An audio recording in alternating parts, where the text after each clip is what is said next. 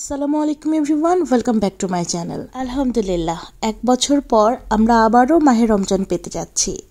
তো রমজানে আসলে আমাদের অনেক কাজ থাকে, কেউ ভাজা পোড়া খেতে চায় না, আবার কারো ভাজা পোড়া ছাড়া চলেই না। এই সময়টা যাতে আমরা বেশি বেশি ইবাদত করতে পারি, সেই জন্য কাজগুলো যদি আগে থেকে কিছুটা গুছিয়ে রাখা যায় তাহলে আমার মনে হয় একটু সহজ হয়। আজকে আপনাদের সাথে 4টা রেসিপি শেয়ার করতে যাচ্ছি, আশা করছি আপনাদের কাজে আসবে। 4টা রেসিপির মধ্যে আজকে প্রথমেই আমি দেখাতে চলেছি একটা রোলের রেসিপি। রোলটা অনেক মজা হয়, অনেক টেস্টি হয় খেতে। এভাবে চাইলে আপনারা ফ্রোজেন করে রাখতে পারবেন। ফ্রোজেন পদ্ধতিটাও আমি আপনাদের সাথে শেয়ার করব। প্রথমে পাতাকপিটাকে কুচি করে নিয়েছি, তারপরে এখন স্কোয়ার করে একদম ছোট ছোট টুকরো করে কেটে নিচ্ছি। একদম ভাজির মতো পেঁয়াজ কুচি যেরকম আমরা করি ঠিক সেই রকম একদম কুচি করে কেটে নিয়েছি। এটা হয়ে গিয়েছে।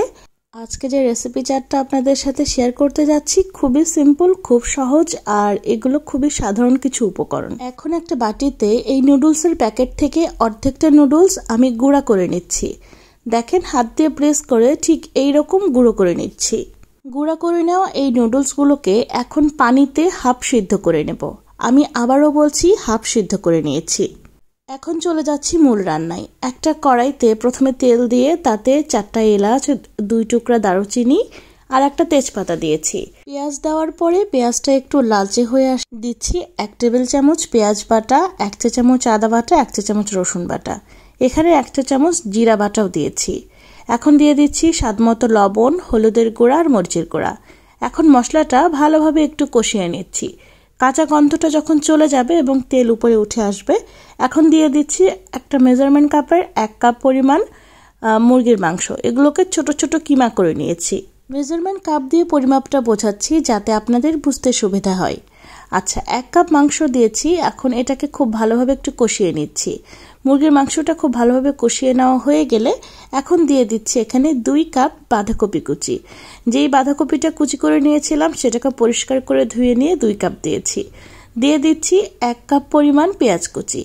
এখন খুব ভালোভাবে নাড়াচাড়া করে নিচ্ছি, আর যতক্ষণ না পর্যন্ত ভাজা ভাজা হয়ে যায় ততক্ষণ পর্যন্ত একটু পরপর নাড়াচাড়া করে দিতে হবে, একটু ভেজে নিচ্ছি। এটা যত ভালোভাবে ভাজা হবে ততই কিন্তু খেতে টেস্টি হবে। আচ্ছা, এখন এখানে একটা স্পেশাল মশলা দিচ্ছি, সেটা হচ্ছে ওই যে ম্যাজিক মশলাগুলো থাকে ম্যাগির। এটা কিন্তু কোনো প্রমোশনাল ভিডিও না, আগেই বলে দিচ্ছি। যেহেতু আমি রান্নায় এটা ব্যবহার করছি তাই আপনাদের দেখাচ্ছি যাতে টেস্ট 100% একই রকম হয়। ওই মশলার প্যাকেটগুলো 5 টাকা করে নেয়, সেটা দিয়েছি। আর দিয়ে দিলাম এখানে কাঁচামরিচ কুচি। কাঁচামরিচটা দিয়েছি স্বাদ মতো দিবেন, আমি 1 টেবিল চামচের মতো দিয়েছি। এখন 3/4 কাপ হয়েছিল ওই যে আধা সিদ্ধ করা নুডলসগুলো, সেটাও দিয়ে খুব ভালোভাবে ভেজে নিচ্ছি। এখন মিনিট 3-4 মতো ভেজে নিলেই আমাদের যে রোলটা বানাবো সেই রোলের পুরটা রেডি। এই পুরটা এত যে টেস্টি! যাই হোক, এখন আমরা ডো তৈরি করতে এসেছি। ময়দা নিয়েছি 2 কাপ, তার সাথে লবণ, চিনি আর দিয়ে দিয়েছি কালো জিরা। প্রতি কাপ ময়দার জন্য 2.5 টেবিল চামচ করে সয়াবিন তেল নিয়েছি। মানে আমি এখানে 2 কাপ ময়দা ব্যবহার করেছি, তাই এখানে দিয়ে দিয়েছি আমি 5 টেবিল চামচের মতো সয়াবিন তেল। এখন খুব ভালোভাবে মেখে নিয়েছি। দেখেন, এরকম ব্রেড ক্রাম্বসের মতো দেখা যাবে এই ময়দাটাকে। রুম টেম্পারেচারে থাকা পানি দিয়ে অল্প অল্প করে আমি ডো তৈরি করে নিয়েছি। এখন এখান থেকে ছোট ছোট লেচি কেটে নিচ্ছি, এগুলো গোল করে রেখে দিচ্ছি পরবর্তীতে কাজের সুবিধার জন্য। আচ্ছা, এখন এগুলোকে এক সাইডে রেখে প্রথমে একটা পাতলা রুটি বেলে নেব। একটু লম্বাটে শেপ করে বেলতে হবে, যেন ওভাল সাইজের হয়, ওভাল শেপের হয়, ঠিক এরকম করে। তারপরে যেই পুরটা আমি বানিয়ে রেখেছিলাম সেই পুর এখানে দিয়ে দিচ্ছি। দেওয়ার পরে প্রথমে যাতে তেলে দেওয়ার পরে ছেড়ে না যায় সে কারণে আমি পানি দিচ্ছি। পানি দিয়ে যদি এই পাশটা এভাবে দিয়ে দেন সেক্ষেত্রে খুব ভালোভাবে মুখ আটকে থাকে, তেলে দেওয়ার পরে ছেড়ে যাওয়ার কোনো সম্ভাবনা থাকে না। দেখেন ভাঁজটা কিভাবে দিচ্ছি, রোল যেভাবে ভাঁজ করে ঠিক আমি সেভাবেই ভাঁজ দিয়ে নিচ্ছি। হয়ে গেল। ঠিক এভাবেই সবগুলো রোল তৈরি করে নেব। এখন এই রোলগুলোকে প্লেটে রেখে দিচ্ছি, একটার সাথে একটা যেন না লাগে, সেভাবে করে ডিপ ফ্রিজে রেখে দিতে হবে। 3-4 ঘন্টা পর শক্ত হয়ে গেলে একটা এয়ারটাইট বাটিতে অথবা একটা জিপলক ব্যাগে ভরে রেখে দিলেই আপনি সারা মাস সংরক্ষণ করতে পারবেন। এরপর তেলে ভাজার সময় সরাসরি ফ্রিজ থেকে বের করেই তেলে দিতে পারবেন। এটা তো গেল। এখন চলে যাচ্ছি পরবর্তী রেসিপিতে। এখন আমি দেখাচ্ছি ফুলকপির সিঙ্গারা। ফুলকপি সিঙ্গারার জন্য প্রথমে ফুলকপিটাকে একটু ভাপতে নিয়েছিলাম। এখানে 1 কাপের মতো ফুলকপি আছে। তারপরে সেটাকে একটু লবণ আর হলুদ দিয়ে হালকা একটু লালচে করে ভেজে নিয়েছি। এখন ফুলকপিগুলোকে তুলে নিচ্ছি। এখানে দিয়ে দিচ্ছি 1 কাপ পেঁয়াজ কুচি। পেঁয়াজের পরিমাণটা একটু বেশি রাখতে হবে। এখন দিয়ে দিচ্ছি আমি এখানে 5 ফোড়ন 1/4 চা চামচ। খুব ভালোভাবে একটু ভেজে নিয়ে দিয়ে দিচ্ছি একটা সিদ্ধ আলু। এখন দিচ্ছি ওই যে ম্যাগির যে ম্যাজিক মশলাটা ছিল সেটা, এটাও এখন এখানে 1 প্যাকেট দিয়ে দিলাম।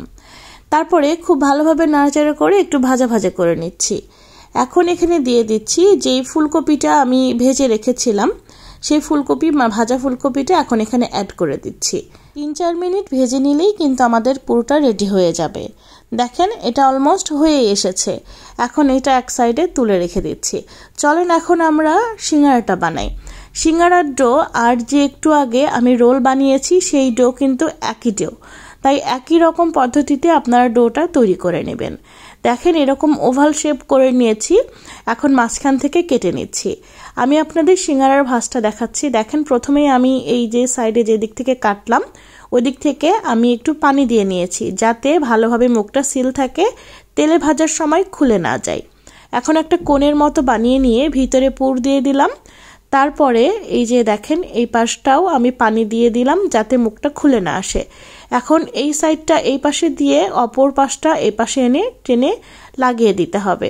ঠিক এভাবে দেখেন কত সহজেই আমাদের সিঙ্গারার ভাঁজটা কিন্তু দেওয়া হয়ে গিয়েছে। সিঙ্গারাগুলোকেও ঠিক সেম ভাবে আমি প্লেটে রেখেছি যাতে একটার সাথে একটা না লাগে। তারপরে সেটাকে ডিপ ফ্রিজে রেখে দেব। প্রায় 4 থেকে 5 ঘন্টা পরে শক্ত হয়ে যাবে। শক্ত হয়ে গেলে সেগুলোকে কিন্তু ডিপ ফ্রিজ থেকে বের করে তারপরে এয়ারটাইট বক্স অথবা জিপলক ব্যাগে ভরে রাখতে পারবেন।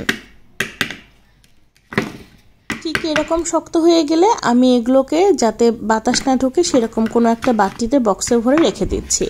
সারা মাস জুড়ে কিন্তু এটা সংরক্ষণ করা যাবে। আর তেলে ভাজার আগে একেবারেই এটাকে ঠান্ডা করে নেওয়ার কোনো রুম টেম্পারেচারে আনার কোনো প্রয়োজন নেই। সরাসরি তেলে দিয়ে দিবেন। শুধুমাত্র চুলার জালটা একেবারে লো রেখে ভেজে নিতে হবে। রোল যে বানিয়েছি সেই রোলটাও এবং এই সিঙ্গারাটাও খুব অল্প আঁচে ভেজে নিতে হয়। এখন চলে যাচ্ছি পরবর্তী রেসিপিতে। এখন বানাবো চিকেন চপ। তার জন্য এলাচ, দারুচিনি, তেজপাতা দিয়েছি। তারপরে পেঁয়াজ কুচি দিয়েছি 1/2 কাপ পরিমাণ। খুব ভালোভাবে একটু ভাজা হলেই এখানে দিয়ে দিচ্ছি আমি পেঁয়াজ বাটা 2 টেবিল চামচ, 1 টেবিল চামচ দিয়েছি রসুন বাটা, আর 1/2 চা চামচ আদা বাটা দিয়েছি, 1 চা চামচ জিরা বাটা। খুব ভালোভাবে মশলাটা কষিয়ে নিচ্ছি। এখন দিয়ে দিচ্ছি লবণ, স্বাদমতো হলুদ দিচ্ছি, আর দিচ্ছি মরিচের গুঁড়া 1 টেবিল চামচ। খুব ভালোভাবে মশলাটা কষিয়ে নেব যাতে এর থেকে তেলটা উপরে উঠে আসে আর কাঁচা গন্ধটা চলে যায়। খুব ভালোভাবে মশলা কষানো হয়ে গেলে এখন এখানে দিয়ে দিচ্ছি আমি প্রায় 2 কাপের মতো মাংসের কিমা।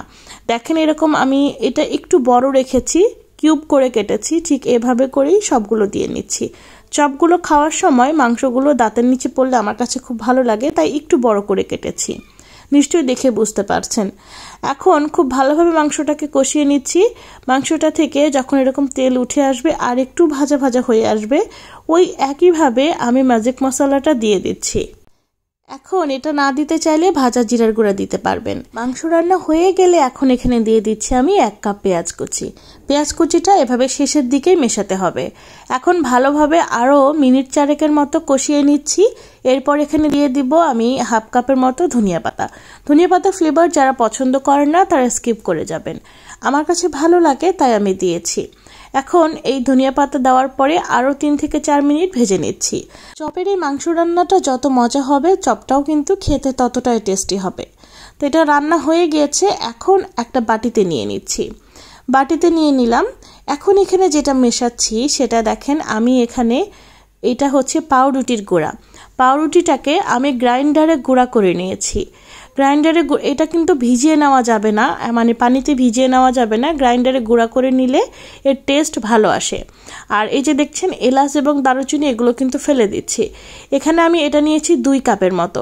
এখন দিচ্ছি এখানে 1/2 কাপ ময়দা। ময়দাটা বাইন্ডিংয়ের জন্য দিচ্ছি। ময়দা দেওয়া হয়ে গেলে আবারও খুব ভালোভাবে মাখিয়ে নিচ্ছি।